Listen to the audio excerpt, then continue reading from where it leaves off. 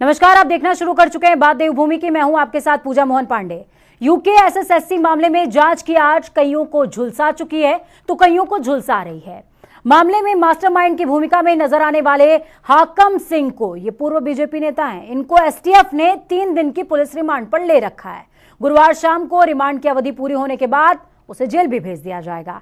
DGP Ashok Kumar ने कहा है कि पेपर लीक मामले की जांच चल रही है और अब तक 22 से ज्यादा लोगों की गिरफ्तारियां हो चुकी हैं। आगे भी कई लोग रडार पर हैं, लेकिन इस जांच से इतर सभी की निगाहें सीएम धामी के बयान पर, जो घड़ी घड़ी तब्दील हो रहे हैं। तो आज चर्चा इसी विषय पर, क्योंकि स्थिति कहती है कि बदले सुर मेरा तुम्हारा, यूके एसएसएससी का कौन सहारा।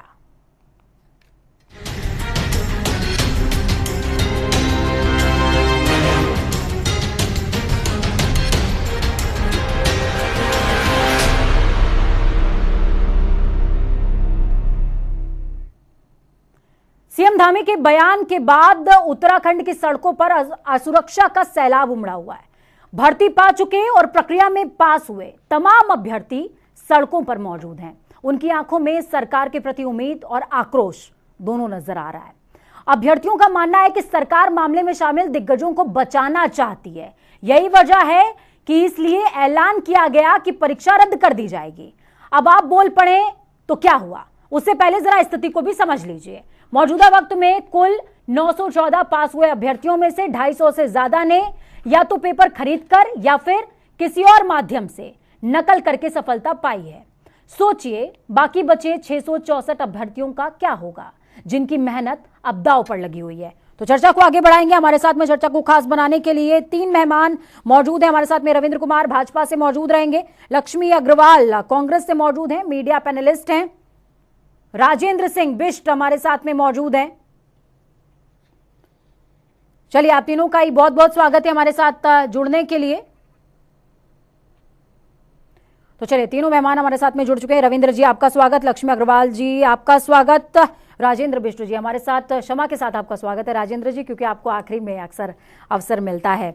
शुरुआत भारतीय जनता पार्टी से करेंगे, क्योंकि मुद्दा उन्हीं से जुड़ा हुआ, मांग सभी विपक्षी कर रहे हैं, लेकिन हल तो भाई आप ही के निकलेगा। रविंद्र जी, आपके मुख्यमंत्री जी घड़ी घड़ी बयान बदल रहे हैं और उन बदलते हुए बयानों का असर सड़कों पर नजर आ रहा है। देखिए, मैं नहीं समझता कि कोई ऐसे बयान बदले जा रहे हैं या आज के जो युवा हैं, जो इस परीक्षा में बैठे थे, उन्हें किसी प्रकार के लिए कोई किसी उनको चिंता का विषय करना चाहिए। देखिए, ये पूरी की पूरी जो ये नकल की जो जिन अभ्यर्थियों ने नकल करके या तो पेपर खरीद के नकल करके भर्ती की प्रक्रिया को बाधित करते हुए भर्ती में शामिल हुए, या वो लोग जिन्होंने इनको नकल करने के लिए पेपर को लीक किया, पेपर को बेचा, पेपर को सोल्व किया, ठीक है, और इस सारी प्रक्रिया को खोलने का जिस प्रकार से एसटीएफ ने कार्य किया, मैं माननीय मुख्यमंत्री जी को इसमें बधाई दूंगा कि जिस तन्मयता के साथ, जिस तत्परता के साथ उन्होंने इस पूरे प्रकरण को संज्ञान लेते हुए इस सारे मामले को जिस प्रकार से खोला है और इसमें किसी प्रकार की कोई ढीला ढिवाली नहीं करने दी, पूर्ण रूप से जांच, जितनी भी जांच के एसटीएफ के जांच के सदस्य थे जो जांच कर रहे थे पूरे मामले को लेके, उनको फ्री हैंड किया कि आप जो है इसमें जांच करिए और कोई भी इसमें किसी भी प्रकार का कोई जिसकी संलिप्तता होती है उसको तुरंत गिरफ्तार करिए। आज इसी का परिणाम ठीक है। तो बधाई मैं इस बात की भी दे देती हूँ कि 664 लोग जिनका भविष्य अब दांव पर लग गया है, ठीक है, आप 250 लोगों का जिक्र कर रहे हैं जो कि परीक्षा में खरीद के नकल करके किसी तरीके से वो पास हो गए, अब उन पर कार्रवाई हो जाएगी। लेकिन 664 ऐसे लोगों का क्या, जिन्होंने अपनी मेहनत से भर्तियों में स्थान पाया, पास हुए, अब उनका क्या होगा? उसके लिए भी सरकार ने कुछ सोचा है क्या? देखिए, उसमें माननीय मुख्यमंत्री जी ने कहा है और कि ऐसे अभ्यर्थी जो अपनी मेहनत से पास हुए उनकी भी बात को सुना जाएगा, उनकी भी समस्या को सुन के, और ऐसा किसी के साथ भी अन्याय नहीं होगा, लेकिन न्याय भी मिले क्योंकि ऐसे लोगों ने 250 की संख्या, जिस प्रकार से आप बता रहे हैं कि ऐसे छात्रों की संख्या 250 है, उनको चिन्हित करना, कुछ उनमें से इन्होंने जांच एजेंसियों ने उन लोगों को चिन्हित भी किया है, कुछ 60 लोगों को चिन्हित किया, 60 लोगों को चिन्हित किया। हाँ, तो उसमें वो है, और उनकी संख्या आप बता रहे हैं 250 है या 250 से ज्यादा है। इसको लेके भी है कि ऐसे लोगों का जो हक जिन्होंने मारा है पैसे देके और जो है भर्ती हुए हैं, तो ये उनके बारे में भी तो सोचना पड़ेगा ना। 250 की संख्या कम नहीं है। और रही बात वह 600, 550, 600 जो बच्चे हैं, चाहे जो भी संख्या हो, वो जिन्होंने अपने दम पे अपनी मेहनत से इस पेपर को निकाला है, तो ऐसे लोगों को इसका रविंद्र जी, मेरे पास इसका काउंटर है, लेकिन उस काउंटर में मैं बाद में आऊंगी। थोड़ा सा और भी लोगों का की राय हम जान लेते हैं। हमारे साथ लक्ष्मी जी भी जुड़ी हुई हैं। लक्ष्मी जी, आपसे मैं समझना चाहूंगी, कितनी संतुष्ट हैं आप बीजेपी के इस बयान से कि 250 लोगों की संख्या कम नहीं होती, सरकार उनको पकड़ने का काम कर रही है। शुभकामनाएं दे रहे हैं रविंद्र जी अपने मुख्यमंत्री को बयान तब्दील करने के लिए भी और साथ में जांच करवाने के लिए भी।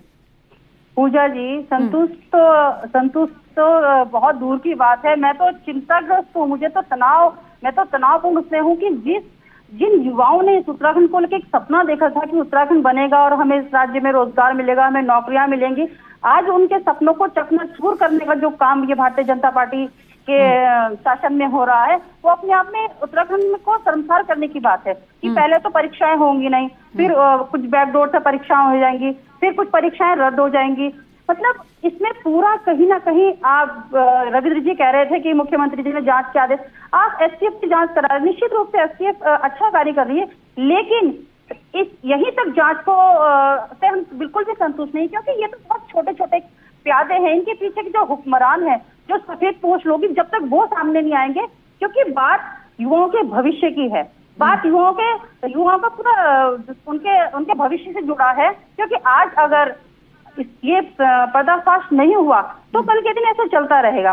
अभी मैं जस्ट उनका माननीय वित्त मंत्री जी का मैं वो देख रही थी कि उन्होंने जो विधानसभा में भर्तियां हुई है उनको लेके उन्होंने कहा कि वो टेम्परेरी है। तो मैं एक सवाल ये भी पूछना चाहती हूँ आपके चैनल के माध्यम से मंत्री जी से कि वो अगर वो टेम्परेरी है तो उनको डीए मिल रहा है, उनको इंक्रीमेंट मिल रहा है, उनको आवास की सुविधा मिल रही है, क्या टेम्परेरी लोगों के लिए अलाउड है? क्या ये मिलता है उनको? कुल मिला के भारतीय जनता पार्टी युवाओं के साथ छल कर रही है। और निश्चित रूप से आज उत्तराखंड का जो युवा है वो अपने आप को बहुत ही लाचार महसूस कर रहा है, क्योंकि हम एक आवाज उठा सकते हैं। अब हमारी आवाज को सरकार कितना सुनेगी, कितना सीरियसली लेगी, लेकिन कहीं ना कहीं फैसला सरकार को लेना है, युवाओं के भविष्य को लेकर लेना है। तो ये जो पूरी सरकार, रविंद्र जी, विपक्षियों की तरफ से ऐसी भी आवाजें आ रही हैं कि हाकम सिंह को पकड़ने के बाद बहुत कुछ बोला है हाकम सिंह ने, और इतना कुछ बोला है, इसी के बाद बयान में तब्दीली देखने को मिली है। करण बाहरा का कल का बयान मैं सुन रही थी, वो साफ तौर पर कहते नजर आ रहे हैं, कल या परसों उन्होंने बयान दिया है। उन्होंने साफ तौर पर कहा कि हाकम सिंह के पकड़े जाने के बाद सीएम धामी दिल्ली जाते हैं, दिल्ली से उनको आदेश मिलता है कि भैया बयान तब्दील कर दो, जांच की निष्पक्षता अब मुनासिब हो नहीं पाएगी, और अगर अपने लोगों को बचाना है तो परीक्षा को तो रद्द करना पड़ेगा। इसमें कितनी सत्यता है, मैं आपसे समझना चाह रही हूँ। आरोप हैं ये इस तरह के। आज किसी पे भी कोई पूरे प्रकरण को इस प्रदेश की सरकार ने उजागर किया है, ना कि किसी विपक्षी पार्टियों के पास तो सिर्फ जो है इस बात का दम है कि इस सारे प्रकरण में उनकी भूमिका बिल्कुल जीरो रही। आज इस प्रकरण को पूरे तरीके से इस प्रदेश की सरकार ने उजागर किया, और इसमें जितने लोग संलिप्त थे, और ऐसा नहीं है कि अभी जांच बंद हो गई है या मुख्यमंत्री जी ने, देखो मैं 2 दिन पहले का मुख्यमंत्री उन्होंने कहा था जो भी लोग आगे भी इसमें जांच में जिन लोगों के नाम आएंगे उनको लेके जो भी स्थिति बनेगी उनको वो जांच के दायरे में जैसे जांच करवा रहे हैं। अगर आप इतने साफ सुथरे हैं, भूखे धुले हैं, गंगा नहाए हैं, तो सीबीआई जांच करें। भविष्य को अगर में आपने लटकाया हुआ है। आप मुझे बताइए, 70 विधानसभा का एक छोटा सा प्रदेश, एक पिछड़े में जो प्रदेश है, वहाँ 560-70 से भी ज्यादा निष्ठा धार्मिक आप विधानसभा में भर रहे हैं। ये कहाँ का है? वहाँ पे भी कार्मिकों की संख्या बहुत कम है। आप और अपने विधायकों के रिश्तेदार, अपने मंत्री के रिश्तेदार, अपने मुख्यमंत्री के रिश्तेदार, तो कहाँ तक अगर अपने को रेवड़ी बांटनी है तो ये मजाक बंद कर दीजिए, ये युवाओं के साथ छलावा बंद कर दीजिए। आप सीधे सीधे क्यों नहीं, आप मतलब 32 पदों पे आपने भर्तियां निकाली, उसको आपने वो किया, आपने 72 को बैकडेट से दे दिया, किस आधार पे दिया? क्या इस देश में योग्य युवा नहीं है आपके पास? क्या योग्य, आपको नहीं लगता कि माननीय मंत्री जी कह रहे हैं कि हमने नियमानुसार किया है, हमने योग्य लोगों को दिया है? ये जो अग्निवीर में बेचारे हमारे युवा आ रहे हैं, जो इतने सालों से मेहनत करके सरकारी नौकरी का सपना देख रहे हैं, आज क्यों उनके सपनों को चकनाचूर करने पे लगे हुए हैं? क्यों नहीं आपके मुख्यमंत्री जी सीबीआई जांच क्यों नहीं करवा रहे हैं? आप बताइए मुझे, काय की सीबीआई जांच करवानी? आप मुझे अरे क्योंकि आप मुझे बताया ना कि क्योंकि आप भी जानते हैं अगर सीबीआई जांच हो गई तो इसके अच्छे जो मगरमच्छ है, जो उसके पीछे जो हुक्मरान है, जो कुछ सामने आएंगे, तो इसलिए करवाइए। मैं आपकी बात से बिल्कुल सहमत हूँ। आप मेरे हिसाब से किसी भी जांच एजेंसी पे कांग्रेस का तो कम से कम भरोसा नहीं है। जहाँ पे सीबीआई जांच हो रही है वहाँ पे आप सीबीआई से संतुष्ट हैं, आप करवाइए ना सीबीआई जांच। आप मुझे बताइए आज मुझे बताइए 2012 से पहले का जो विधानसभा का सालाना औसत एक कार्यकाल होता था वो महज 35 से 40 दिन का होता था। उस समय वहाँ पे कार्मिकों की संख्या मात्र आधी थी, और आज जब 13 से 15 दिन विधानसभा का कार्यकाल चल रहा है, आज वहाँ संख्या 560, 570 से भी ऊपर पहुंचा रहे। ये कहाँ का वो है कि आप कार्मिकों को बढ़ाइए और युवाओं की अगर आपको ऐसे रविंद्र जी मैं ये बात समझना चाह रही हूँ कि ठीक है, आपने जो 250 नकलची युवा हैं, आपके मुख्यमंत्री ने उनके लिए तो जुगाड़ निकाल दिया कि भाई परीक्षाएं हम रद्द करवा देंगे, नए सिरे से चीजें होंगी। ठीक है, हमने ये मान लिया कि आप नहीं चाहते कि आप ये चाहते हैं कि निष्पक्षता से जांच हो जाए, लेकिन बच्चों का भविष्य भी अधर में ना लटके। लेकिन 664 जिन बच्चों का मैं जिक्र कर रही हूँ उनका क्या होगा? उसके लिए कोई बी प्लान है क्या सरकार के पास? देखिए, निश्चित रूप से अभी तक पहली बात तो मैं पूजा जी जितने भी आप बात कर रहे हैं ये सूत्रों के आधार पर कर रहे हैं कि वो संख्या जिन्होंने पास किए 664 है या 700 है या 800 है या वो नकलची छात्र हैं जो 250 है या 260 है, XYZ कोई भी संख्या है, वो मान लीजिए XYZ कोई भी संख्या है, अगर एक बच्चा भी है रविंद्र जी, तो उसके भविष्य के लिए भी सरकार जिम्मेदार है क्योंकि उसने मेहनत करी है। तो उसके लिए क्या सरकार के पास कोई बी प्लान है क्या? देखिए, बिल्कुल सरकार के पास कोई ना कोई ऐसा नहीं है। सरकार बहुत अच्छा काम कर रही है और आज एक युवा मुख्यमंत्री है जो युवाओं की पीड़ा को बहुत भली बुद्धि तरीके से जानता है और एक जमीन से जुड़ा हुआ नेता आज की डेट में इस प्रदेश का मुख्यमंत्री है। आप निश्चित रूप से रहे कि किसी भी युवा को, किसी भी व्यक्ति को, किसी के साथ भी कोई भी जो है उसके साथ तो रविंद्र जी आपकी इस बात को मैं बयान की तरह कोड करवा लूं, इसके बाद मैं आपको डिबेट में दोबारा बैठाऊंगी। अगर एक भी बच्चे का भविष्य इसमें बर्बाद होता है तो आप दोबारा बैठेंगे और यहाँ पर जनता के सामने आप जवाबदार होंगे। बिल्कुल पूजा जी, बिल्कुल जवाबदार होगा, किसी के साथ अन्याय नहीं होगा, किसी के साथ देखिए, पहली बात तो आप ये समझ लीजिए, आप चाहे वो 10 बच्चे हैं, मेरी बात पूरी होने दीजिए, 10 बच्चे हैं वो नकलची, चाहे वो 5 बच्चे हैं नकलची, लेकिन वो नकलची का आंकड़ा अभी पहले बिल्कुल क्लियर रूप से एसटीएफ जो जांच कर रही है उसका एक आंकड़ा आ जाने दीजिए कि सीबीआई जांच से क्या आपत्ति है बीजेपी को? सीबीआई जांच से क्या आपत्ति है? बिल्कुल नहीं, आप एसटीएफ से जांच आप बताइए, एसटीएफ की भी एक सीमाएं हैं, उनका भी एक नहीं। जब 2 प्रदेशों से इसके साथ जुड़े हुए हैं तो आप क्या समझते हैं कि एसटीएफ निष्पक्ष जांच करेगा? हाकम सिंह जी और डीजीपी का जो उनकी जॉइंट फोटो है, अभी जो हाकम सिंह जो गिरफ्तार हुए हैं उनके बड़े बड़े सरगनाओं से जो उनके संबंध है, तो एक एसटीएफ के जो अधिकारी जांच कर रहे हैं, क्या उसकी इतनी मजाल है कि वो डीजीपी के खिलाफ जा सकता है? बिल्कुल नहीं। जो है अब किसी और के हाथ में जाती है, तो आप इस बात से नहीं, तो सीबीआई जांच में आपको प्रॉब्लम क्या है? आप सीबीआई जांच कराइए ना। अगर आप ठीक है रविंद्र जी हम इस जांच से चलिए संतुष्ट हो गए, अगर सरकार के दामन में दाग नहीं तो डरना कैसा है? डरना किस बात का है? सीबीआई से जांच हो जाने दीजिए। सीबीआई की जांच में इतना हो हल्ला क्या है? एसटीएफ कर रही है, सीबीआई भी कर लेगी। दो चार जो बयान है वो ज्यादा आ जाएंगे, दो चार बयान कम हो जाएंगे, इससे ज्यादा तो कुछ नहीं होना ना। डर किस बात का है? मैं ये समझना चाह रही हूँ कि डर किस बात का है। देखिए पूजा जी, पहली बात तो ये बता दूं कि डर अगर किसी बात का होता है, ये जांच जो है इस प्रदेश की सरकार ने खोली है, इस प्रदेश की सरकार ने इस जांच को किया है। और आप ये देखिए कि अभी भी जिन लोगों के इन लोगों शामिल थे इसमें, हाकिम सिंह जैसे लोग जो है आज गिरफ्तार हुए, तो आप इसे समझिए तो ये गिरफ्तारी आप बताइए ना रविंद्र जी, ये सिर्फ हाकिम सिंह जैसे लोगों को गिरफ्तार, आप ये 22-24 लोगों को गिरफ्तार करके आप इनके पीछे के जो मास्टरमाइंड है उनको सामने आने दीजिए ना, आप उनको सामने आने दीजिए, आप करवाइए ना सीबीआई जांच। और उसके बाद देखिए, एक तो चोरी ऊपर से सीना चोरी, माननीय वित्त मंत्री जी बयान देते हैं कि ये कोई पहली बार नहीं हुआ, अगर पिछले 22 सालों में कुछ गलत हुआ तो मैं भी आगे गलत करूंगा, मैं भी गलत नियुक्तियां करूंगा, मैं भी बैकडोर से नियुक्तियां करूंगा। मतलब वो अपना वो कर रहे हैं कि उस चीज को स्वीकारने के बजाय और उल्टा कह रहे हैं कि अगर मैंने कर दिया तो क्या पहली बार तो हुआ नहीं है। आप लक्ष्मी जी किस विषय पे बात कर रही है, मैं समझा नहीं। अभी आप यूपीएससी पे बात कर रही है या विधानसभा वाले पे बात कर रही है?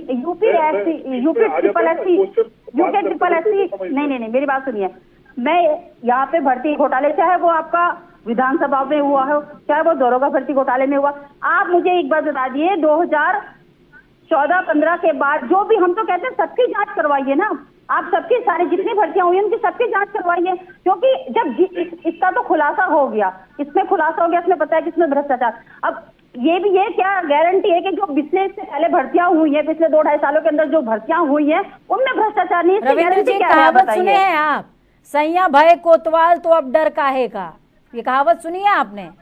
तो विपक्ष यही कह रहा है कि सैया कोतवाल है और डर नहीं है। नहीं, देखिए बिल्कुल ये कहावत हमारे ऊपर लागू नहीं होती है, ये कभी लागू होती थी कांग्रेस जैसे सरकारें जब होती थी। आज अपनी सरकार ने अपने ही लोगों को जो है, आप इसे बिल्कुल भी नहीं कह सकते, हमारी सरकार ने इस घोटाले को खोला है और यहाँ के युवाओं के साथ किसी भी प्रकार का अन्याय हो, ऐसा बर्दाश्त माननीय मुख्यमंत्री जी बिल्कुल कतई नहीं करेंगे। आज उसी का परिणाम है कि रविंद्र जी क्यों कर रहे हैं?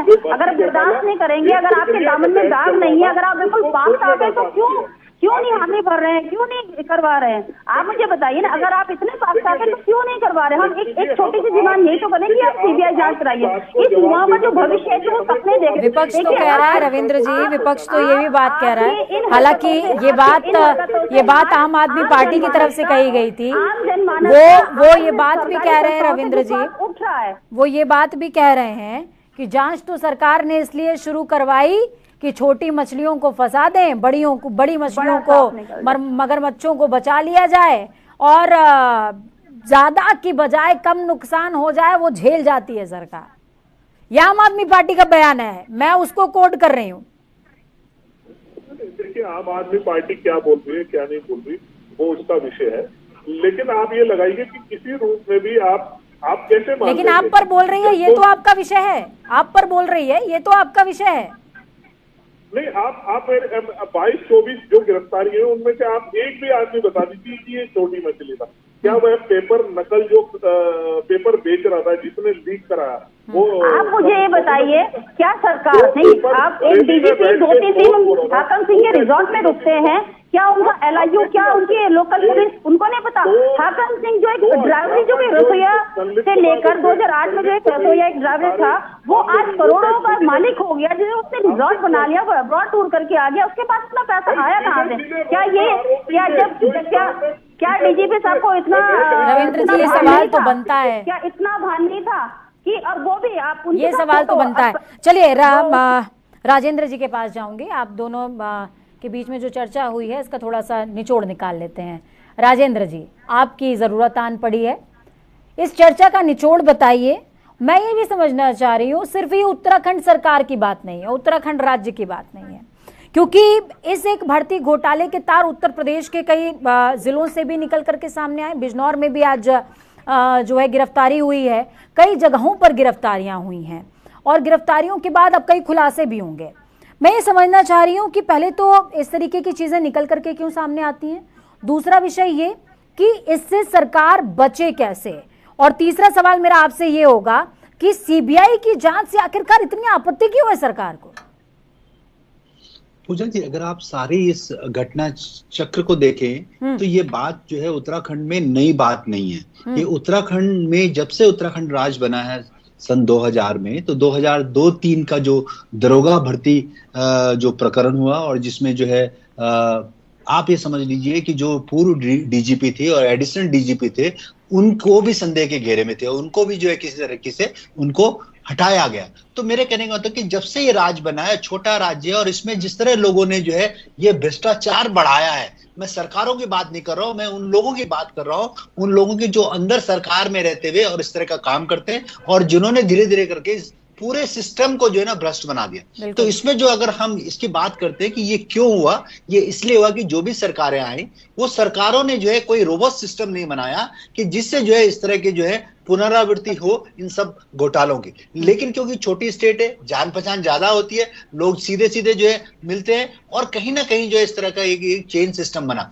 अगर आप ये बात करते हैं कि चाहे हम विधानसभा रक्षक भर्ती की बात करते हैं, सचिवालय रक्षक भर्ती की बात करते हैं, जो कर्मी है सचिवालय में, या हम जो है पटवारी भर्ती की बात करते हैं, तो हर जगह कहीं ना कहीं जो है धुआं निकलता हुआ दिखता है कि ये कहीं ना कहीं भ्रष्टाचार होता आया है, हो रहा है। लेकिन अभी जो यूकेएसएससी की वाली जो बात है, उसमें अचानक जब ये पर्दाफाश हुआ, और अगर आप ये देखें कि इसको जिस तरह से इसकी जो है लिंकेज आ रही है, ये लिंकेज सिर्फ जो है ऐसा नहीं है कि सिर्फ कोई कर्मी है और एक हाकम सिंह से है, ये बहुत बड़ा रैकेट है। और इसके तार, जैसे आप कह रहे हैं कि धामपुर से लेकर लखनऊ से लेकर और पूरे जो राज्य से लेकर और राज्यों तक भी है। तो हमें इसको बहुत डीप जाना पड़ेगा। जो भी एसटीएफ है बहुत अच्छा काम कर रही है, लेकिन वो कितना काम करेगी, बिल्कुल आपने जो सवाल उठाया ये बहुत महत्वपूर्ण है। और सबसे बड़ी बात अगर आप ये देखिए कि अगर 900 अभ्यर्थी जो है भर्ती होते हैं, और उसमें से करीबन 200-250 अगर संदेह की उसमें है, और अगर वो पकड़े जाते हैं, तो अगर आप ये देखिए कि जिन लोगों का जो 250 लोग संदेह में पकड़े जाते हैं, या जिन लोगों के ऊपर चार्जशीट बनती है, तो जो उन 250 का क्या हुआ, जिन लोगों ने बेचारों ने जो इतनी मेहनत करके इस परीक्षा में अपना जो है परीक्षा दी, और लेकिन वो बाहर हो गए इस भ्रष्टाचार की वजह से, उनके बारे में आप क्या करेंगे? ये बहुत महत्वपूर्ण विषय आने वाले टाइम पे। अब आप ये देखिए कि जो अध्यक्ष हैं, सचिव है, वो भी संदेह के घेरे में आ रहे हैं। इसका मतलब आप समझ लीजिए कि पूरा जितना प्राधिकरण है, जितनी भी एजेंसी है, जो भी एजेंसी है, हर एक आदमी इसमें भ्रष्ट है।